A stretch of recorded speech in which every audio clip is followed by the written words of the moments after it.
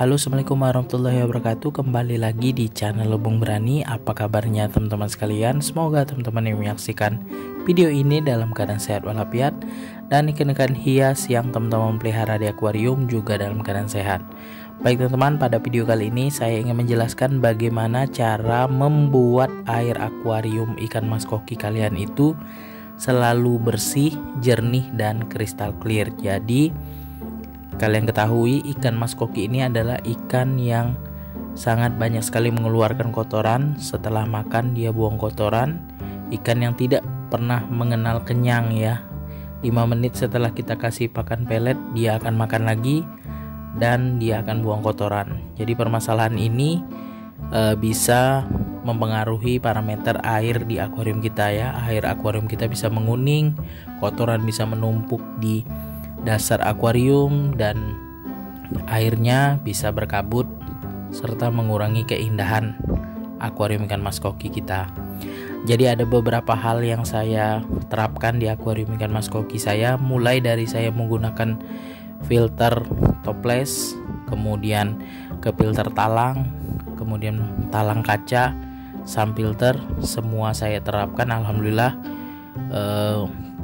air akuarium ikan mas koki saya itu bersih, jernih, dan teman-teman bisa lihat sendiri di video yang saya tampilkan. Air akuarium saya itu bersih, jernih, dan kristal clear teman-teman. Jadi langkah pertama yang harus teman-teman lakukan adalah tentukan filtrasi yang tepat untuk sebuah akuarium yang kalian miliki ya. Jadi di sini saya kelompokkan kalau akuarium kalian itu di bawah 1 meter ya, di bawah 1 meter misalnya ukuran 80 cm, 70 cm sampai 60 cm ya. Kalau ukuran akuarium ini tidak ada bakunya ya teman-teman, ada yang mungkin 65 cm kali 40, pokoknya di bawah 1 meter lah ya. Nah, kalau di bawah 1 meter, kalau kalian mau hemat budget ya, biasanya juga di bawah 1 meter itu filtrasinya jarang yang pakai sun filter ya. Nah, rata-rata menggunakan filter talang. Jadi filter talang adalah filtrasi yang paling tepat, paling minimal, dan sangat efektif digunakan di akuarium di bawah 1 meter. Nah, saran saya gunakanlah filter talang 2 tingkat. 1 tingkat khusus mekanis, di bawahnya full biologis teman-teman. Jadi 1 tingkat yang atas itu mekanisnya harus berlapis, 2 lapis jaring nelayan, kemudian grain wool 2 lapis. Busa grain wool teman-teman silakan cari di toko online, banyak sekali. Busa grain cross namanya juga, atau busa hijau ya, banyak penamaan untuk grain wool itu. Atau busa yang saat ini ada yang saya lihat itu busa 8D kalau nggak salah teman-teman. Nah, itu juga bagus teman-teman, silakan aplikasikan, bisa 3-4 lapis teman-teman ya. Kalau susunan media filter saya ini 2 lapis jaring nelayan, kemudian grain woolnya 2 lapis, baru kapas putih teman-teman. Usahakan kapas putihnya jangan sampai kerendam, nanti itu sangat efektif sekali menyaring kotoran baik yang halus maupun kasar ya. Sedikit banyak kotoran halus dan kasar disaring oleh jaring nelayan teman-teman, baru ke grain wool, baru ke kapas putih. Nanti kapas putihnya akan kotor, tapi tidak sekotor ketika hanya menggunakan kapas putih saja. Nah, khusus yang bawah full biologisnya, kalau kalian pakai sekat ya, semua chamber itu harus penuh terisi media filter biologis, dan untuk pengisiannya itu harus sebanyak ketinggian air yang ada di setiap chamber, atau yang lebih bagusnya tanpa sekat teman-teman. Jadi media filter biologisnya itu full ya, lebih banyak dari yang pakai sekat teman-teman. Nah, usahakan gunakan filter talang ini sepanjang akuarium yang kita miliki. Misalnya panjang akuarium kita 80 cm, talangnya harus 80 cm ya, supaya efektif. Nah, dengan filtrasi yang efektif tadi, tentu saja itu mendorong air akuarium kita akan jernih karena sistem filtrasinya sudah bagus. Kemudian pompa yang digunakan harus sesuai dengan kebutuhan.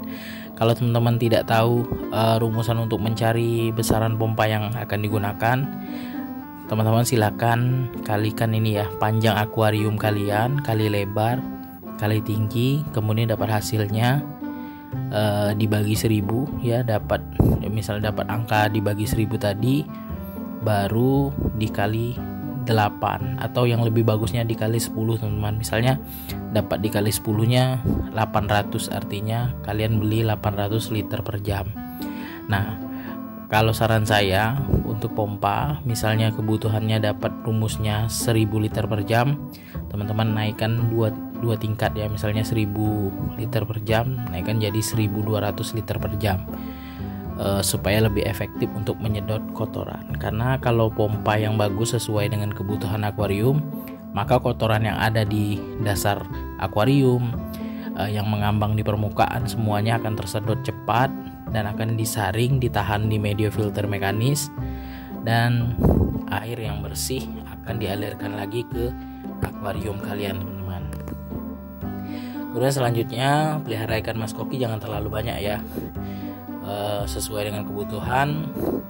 Satu ikan itu butuh 30 liter air per satu ikan teman-teman, atau 30 sampai 100 liter air ya per satu ikan, tergantung kualitas ikan yang kita pelihara. Kalau ikannya biasa-biasa saja ya 30 liter per satu ikan saja ya. Kasih makan ikan mas koki jangan terlalu banyak teman-teman, sedikit tapi habis dimakan ikan mas koki. Kalau kalian kasihnya berlebihan, pelet yang tidak dimakan ikan mas koki akan melebur di air akuarium, itu bisa menjadi bom amoniak dan mengubah warna air akuarium kalian agak kekuningan nantinya teman-teman.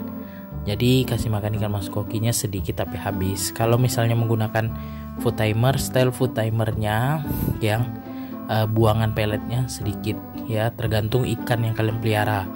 Kalau ikannya misalnya 3-4 ekor, kalian perhatikan dalam 1 menit pelet itu sudah habis dimakan ikan mas koki semua, artinya itu stylenya sudah bagus tuh teman-teman, dalam food timernya. Kemudian selanjutnya tidak kalah penting adalah kalian harus rutin mengganti air ya, 1 minggu sekali.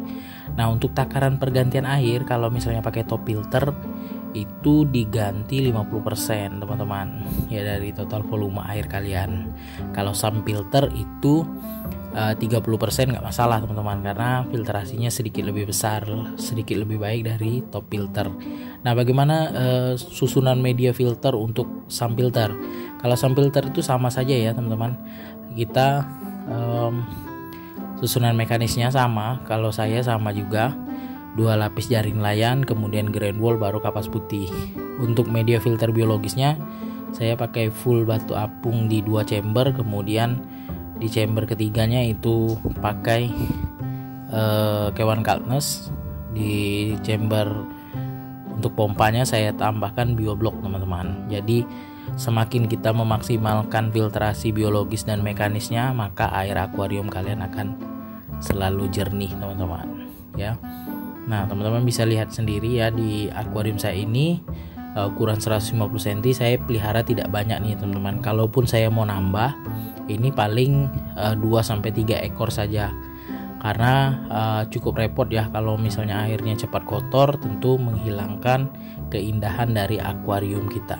Jadi kalau akuarium kita jernih, tentu orang-orang yang melihat akuarium kita sendiri pun yang melihat akan kagum sendiri teman-teman. Oke teman-teman, sekian dulu video saya kali ini tentang bagaimana menjaga kejernihan atau membuat air akuarium kalian itu selalu jernih. Semoga bermanfaat. Jangan lupa dukung terus channel Lebung Berani dengan cara subscribe, like, komen, serta share videonya agar channel Lebung Berani dapat berkembang dan terus menginspirasi teman-teman sekalian. Jika ada teman-teman ingin bertanya, silakan tulis di kolom komentar.